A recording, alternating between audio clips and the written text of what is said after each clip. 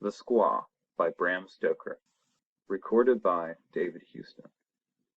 Nuremberg at the time was not so much exploited as it has been since then. Irving had not been playing Faust, and the very name of the old town was hardly known to the great bulk of the travelling public.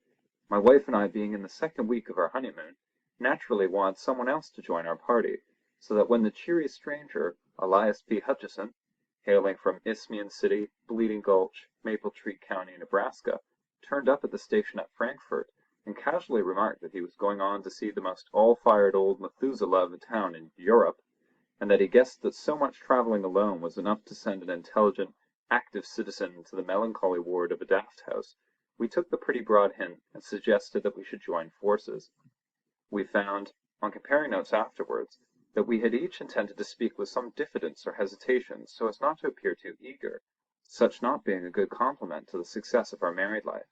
But the effect was entirely marred by our both beginning to speak at the same instant, stopping simultaneously and then going on together again. Anyhow, no matter how it was done, and Elias P. Hutcheson became one of our party.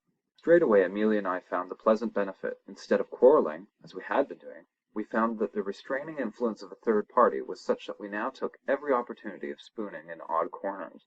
Amelia declares that ever since she has, as a result of that experience, advised all her friends to take a friend on the honeymoon. Well, we did Nuremberg together, and much enjoyed the racy remarks of our transatlantic friend, who, from his quaint speech and his wonderful stock of adventures, might have stepped out of a novel.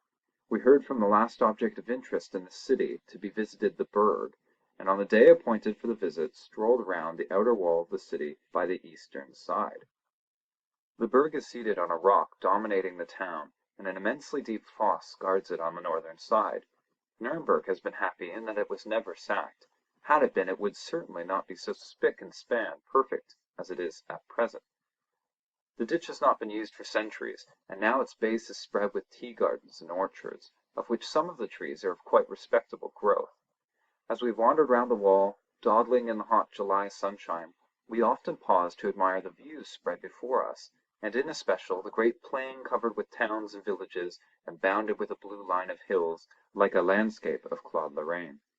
From this we always turn with new delight to the city itself, with its myriad of quaint old gables, and acre-wide red roofs dotted with dormer windows, tier upon tier. A little to our right rose the towers of the Burg, and nearer still, standing grim, the Torture Tower, which was, and is, perhaps, the most interesting place in the city. For centuries the tradition of the Iron Virgin of Nuremberg has been handed down as an instance of the horrors of cruelty of which man is capable. We had long looked forward to seeing it, and here, at last, was its home. In one of our pauses we leaned over the wall of the moat and looked down. The garden seemed quite 50 or 60 feet below us, and the sun pouring into it with an intense, moveless heat like that of an oven. Beyond rose the garden, grim wall seemingly of endless height, and losing itself right and left in the angles of bastion and counterscarp. Trees and bushes crowned the wall, and above again towered the lofty houses on whose massive beauty time has only set the hand of approval. The sun was hot and we were lazy. Time was our own, and we lingered, leaning on the wall. Just below us was a pretty sight. A great black cat lying stretched in the sun, whilst round her gambolled pretty a tiny black kitten. The mother would wave her tail for the kitten to play with, or would raise her feet and push away the little one, as an encouragement to further play.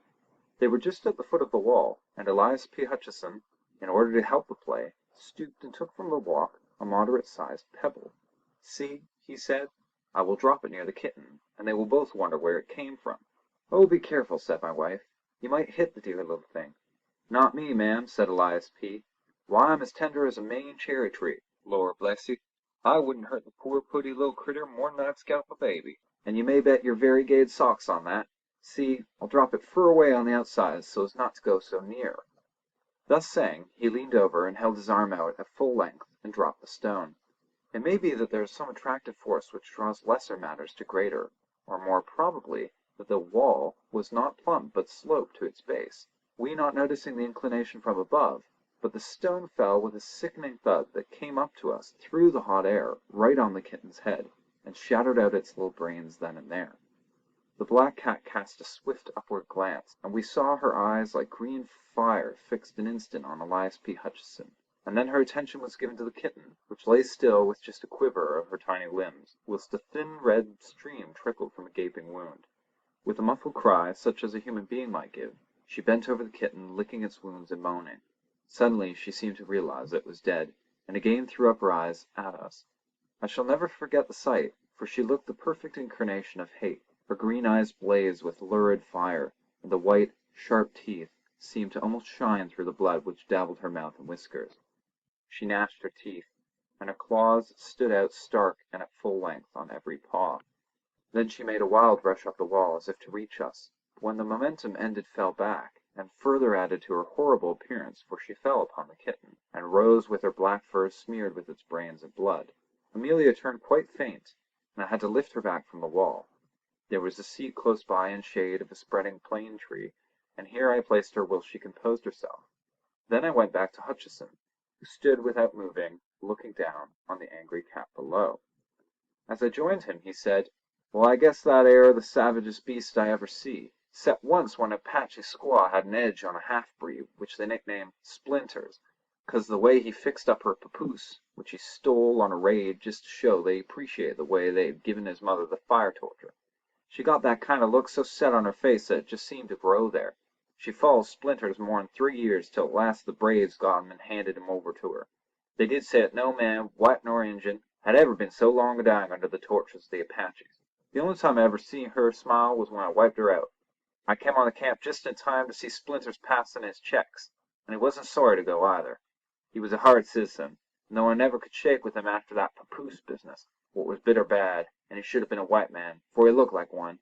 I see he got payout in full, durn me, but I took a piece of his hide from one of his skinning posts and had it made into a pocketbook. It's here now," and he slapped the breast pocket of his coat. Whilst he was speaking, the cat was continuing her frantic efforts to get up the wall. She would take a run back and then charge up, sometimes reaching an incredible height. She did not seem to mind the heavy fall, which she had each time but started with renewed vigor, and at every tumble her appearance became more horrible. Hutcheson was a kind-hearted man. My wife and I had both noticed little acts of kindness to animals as well as to persons, and he seemed concerned at the state of fury to which the cat had wrought herself. "Wall now," he said, "I do declare that poor creatur seems quite desperate. There, there, poor thing, it was all an accident, though that won't bring back your little one to you. Say, I wouldn't have had such a thing happen for 1,000. Just shows what a clumsy fool of a man can do when he tries to play. Seems I'm too darn slipper-handed to even play with a cat. Say, Colonel," it was a pleasant way he had to bestow titles freely, "I hope your wife don't hold no grudge against me on account of this unpleasantness. Why, I wouldn't have had it occur on no account." He came over to Amelia and apologized profusely, and she, with her usual kindness of heart, hastened to assure him that she quite understood that it was an accident. Then we all went again to the wall and looked over. The cat, missing Hutcheson's face, had drawn back across the moat, and was sitting on her haunches, as though ready to spring. Indeed, the very instant she saw him she did spring, and with a blind unreasoning fury, which would have been grotesque, only that it was so frightfully real. She did not try to run up the wall, but simply launched herself at him, as though hate and fury could lead her wings to pass straight through the great distance between them. Amelia, womanlike, got quite concerned, and said to Elias P. in a warning voice, "Oh, you must be very careful. That animal would try to kill you if she were here. Her eyes look like positive murder." He laughed out jovially. "Excuse me, ma'am," he said. "I can't help but laughing. Fancy a man that has fought grizzlies and Injuns being careful of being murdered by a cat!" When the cat heard him laugh, her whole demeanor seemed to change. She no longer tried to jump or run up the wall, but went quietly over, and sitting again beside the dead kitten, began to lick and fondle it as though it were alive. "See," said I, "the effect of a really strong man. Even that animal, in the midst of her fury, recognizes the voice of a master, and bows to him." "Like a squaw," was the only comment of Elias P. Hutcheson, as we moved on our way round the city fosse. Every now and then we looked over the wall, and each time we saw the cat following us. At first she had kept going back to the dead kitten, and then as the distance grew greater, took it in her mouth, and so followed. After a while, however, she abandoned this, for we saw her following all along. She had evidently hidden the body somewhere. Amelia's alarm grew at the cat's persistence, and more than once she repeated her warning, but the American always laughed with amusement, till finally, seeing that she was beginning to be worried, he said, "I say, ma'am, you needn't be skeered over that cat. I go heeled, I do." Here he slapped his pistol pocket at the back of his lumbar region. "Why, sooner'n have you worry, I'll shoot the critter right here, and risks the police interfering with a citizen of the United States for carrying arms contrary to regulations." As he spoke he looked over the wall, but the cat on seeing him retreated, with a growl, into a bed of tall flowers, and was hidden. He went on, "Blest if that ar critter ain't got no more sense of what is good for her than most Christians. I guess we've seen the last of her. You bet she'll go back now to that busted kitten and have a private funeral of it, all to herself." Amelia did not want to say more, lest he might, in mistaken kindness to her, fulfil his threat of shooting the cat, and so she went on and crossed the little wooden bridge leading to the gateway, whence ran the steep paved roadway between the burg and the pentagonal torture tower. As we crossed the bridge we saw the cat again down below us. When she saw us her fury seemed to return, and she made frantic efforts to get up the steep wall. Hutcheson laughed as he looked down at her, and said, "Good-bye, old girl. Sorry I injured your feelings, but you'll get over it in time. So long." And then we passed through the long, dim archway, and came to the gate of the burg. When we came out again our survey of this most beautiful old place, which not even the well-intentioned efforts of the Gothic restorers of 40 years ago have been able to spoil, though their restoration was then glaring white, we seemed to have forgotten the unpleasant episode of the morning. The old lime tree with its great trunk gnarled with the pressing of nearly 9 centuries, the deep well cut through the heart of the rock by those captives of old, and the lovely view from the city wall whence we heard, spread over almost a full quarter of an hour, the multitudinous chimes of the city, had all helped to wipe out from our minds the incident of the slain kitten. We were the only visitors who had entered the torture tower that morning, so at least said the old custodian, and as we had the place all to ourselves were able to make a minute and more satisfactory survey than would have otherwise been possible. The custodian, looking to us as the sole source of his gains for the day, was willing to meet our wishes in any way. The torture tower is truly a grim place, even now when many thousands of visitors have sent a stream of life, and the joy that follows life, into the place. But at the time I mention, it wore its grimmest and most gruesome aspect. The dust of ages seemed to have settled on it, and the darkness and the horror of its memories seemed to have become sentient in a way that would have satisfied the pantheistic souls of Philo or Spinoza. The lower chamber where we entered was seemingly, in its normal state, filled with incarnate darkness. Even the hot sunlight streaming in through the door seemed to be lost in the vast thickness of the walls, and only showed the masonry rough as when the builder's scaffolding had come down, but coated with dust and marked here and there with patches of dark stain, which, if walls could speak, could have given their own dread memories of fear and pain. We were glad to pass up the dusty wooden staircase, the custodian leaving the outer door open to light us somewhat on our way, for to our eyes the one long-wicked, evil-smelling candle stuck in a sconce on the wall gave an inadequate life.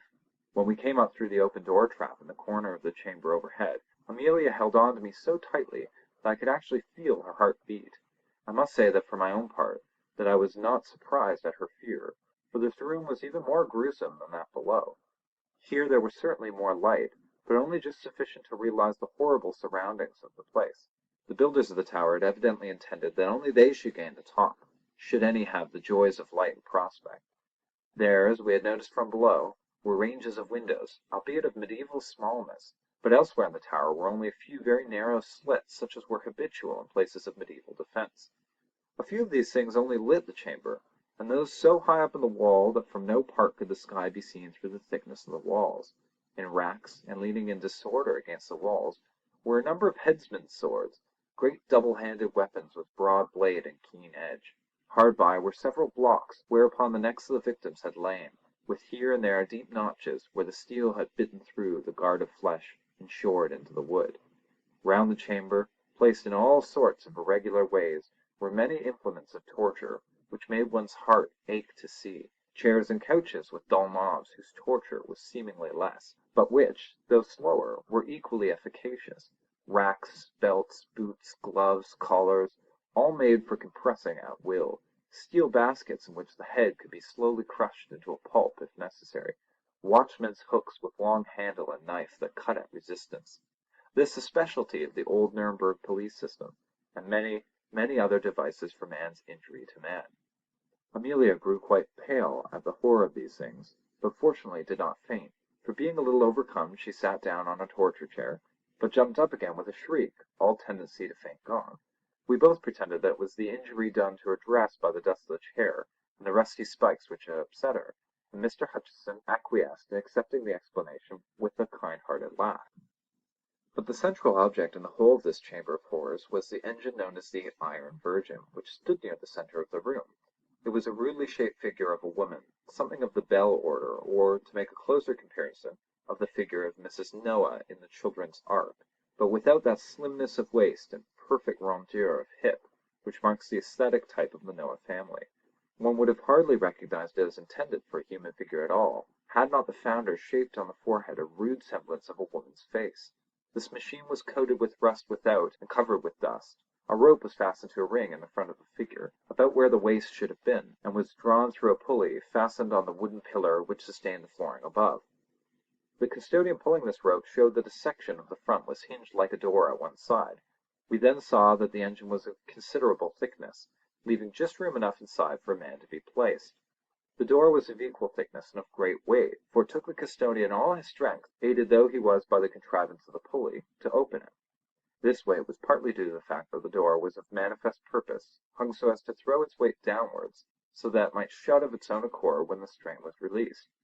The inside was honeycombed with rust. Nay more, the rust alone that comes through time would hardly have eaten so deep into the iron walls. The rust of the cruel stains was deep indeed.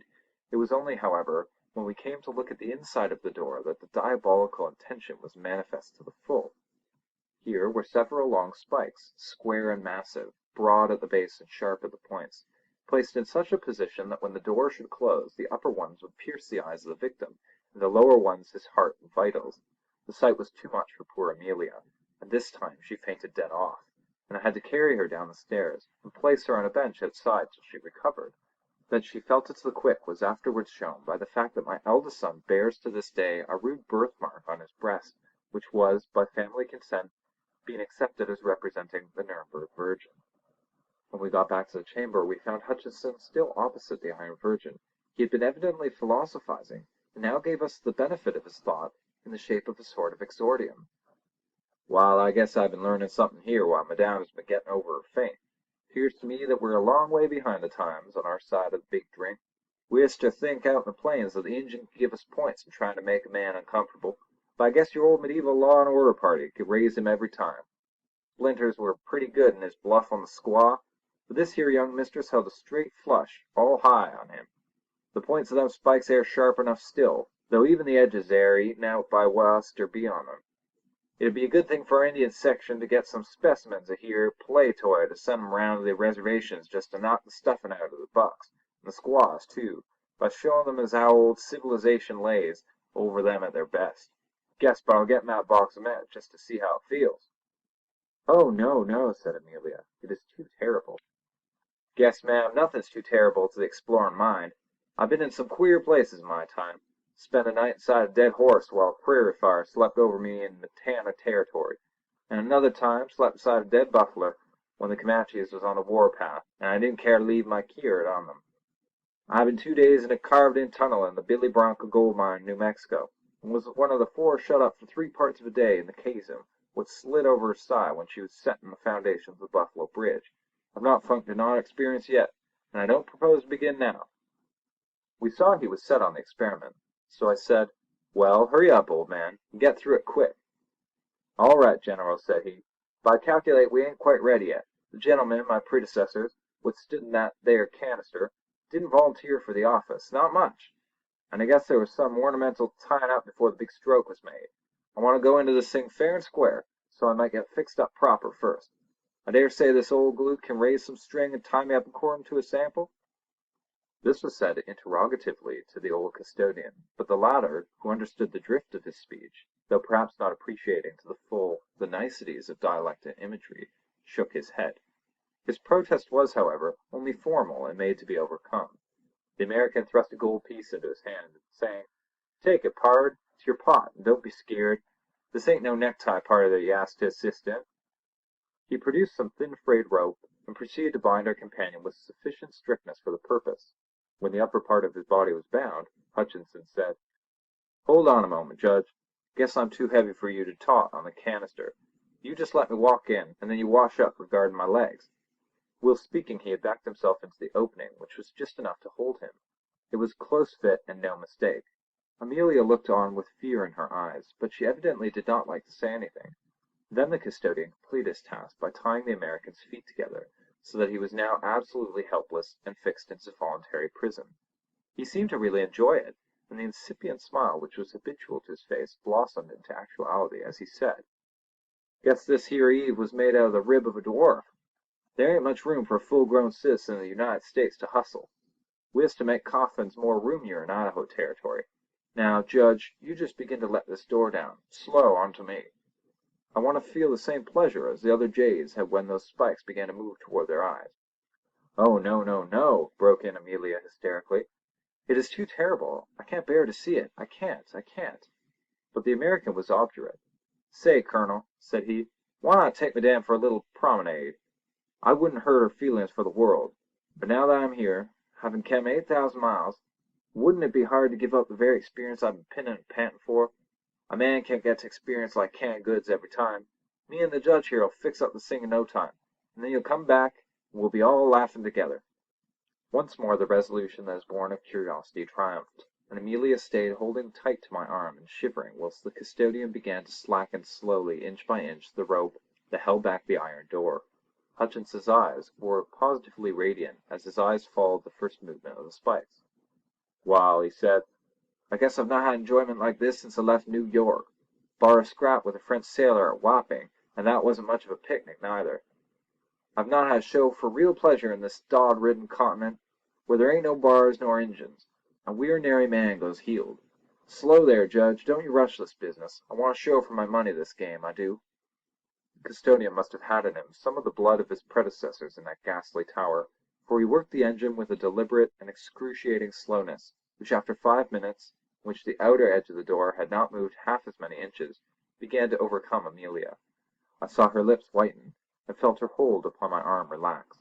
I looked around an instant for a place whereupon to lay her, and when I looked at her again found that her eyes had become fixed on the side of the Virgin. Following its direction I saw the black cat crouching out of sight. Her green eyes shone like danger lamps in the gloom of the place, and their colour was heightened by the blood which still smeared her coat and reddened her mouth. I cried out, "The cat! Look out for the cat!" For even then she sprang out before the engine. At this moment she looked like a triumphant demon. Her eyes blazed with ferocity, her hair bristled out till she seemed twice her normal size, and her tail lashed about as does a tiger's when the quarry is behind it. Elias P. Hutchinson, when he saw her, was amused, and his eyes positively sparkled with fun as he said, "Darned if the squaw hadn't got on all her war paint. Just give her a shove off if she comes near any tricks on me, and I'm so fixed everlastingly by the boss, that durn my skin if I can keep my eyes from her if she wants them. Easy there, Judge, don't you slack that ar rope or I'm euchred." At this moment Amelia completed her feint, and I had to clutch hold of her round the waist or she would have fallen to the floor. Whilst attending to her I saw the black cat crouching for a spring, and jumped up to turn the creature out. But at that instant, with a sort of hellish scream, she hurled herself, not as we expected at Hutchinson, but straight at the face of the custodian. Her claws seemed to be tearing wildly as one sees in the Chinese drawings of the dragon rampant, and as I looked I saw one of them light on the poor man's eye, and actually tear through it and down his cheek, leaving a wide band of red where the blood seemed to spurt from every vein. With a yell of sheer terror which came quicker than even his sense of pain, the man leapt back, dropping as he did so the rope which held back the iron door. I jumped for it, but was too late, for the cord ran like the lightning through the pulley block, and the heavy mass fell forward from its own weight. As the door closed I caught a glimpse of our poor companion's face. He seemed frozen with terror. His eyes stared with a horrible anguish as if dazed, and no sound came from his lips. And then the spikes did their work. Happily the end was quick, for when I wrenched open the door they had pierced so deep that they had locked in the bones of the skull through which they had crushed, and actually tore him, out of his iron prison, till, bound as he was, he fell at length with a sickly thud upon the floor, the face turning upward as he fell. I rushed to my wife, lifted her up, and carried her out, for I feared for her very reason if she would wake from her faint to such a scene. I laid her on the bench outside and ran back. Leaning against the wooden column was the custodian, moaning in pain, whilst he held his reddening handkerchief to his eyes, and sitting on the head of the poor American was the cat, purring loudly as she licked the blood which trickled through the gashed socket of his eyes. I think no one will call me cruel because I seized one of the old executioner's swords and shore her in two as she sat. End of The Squaw.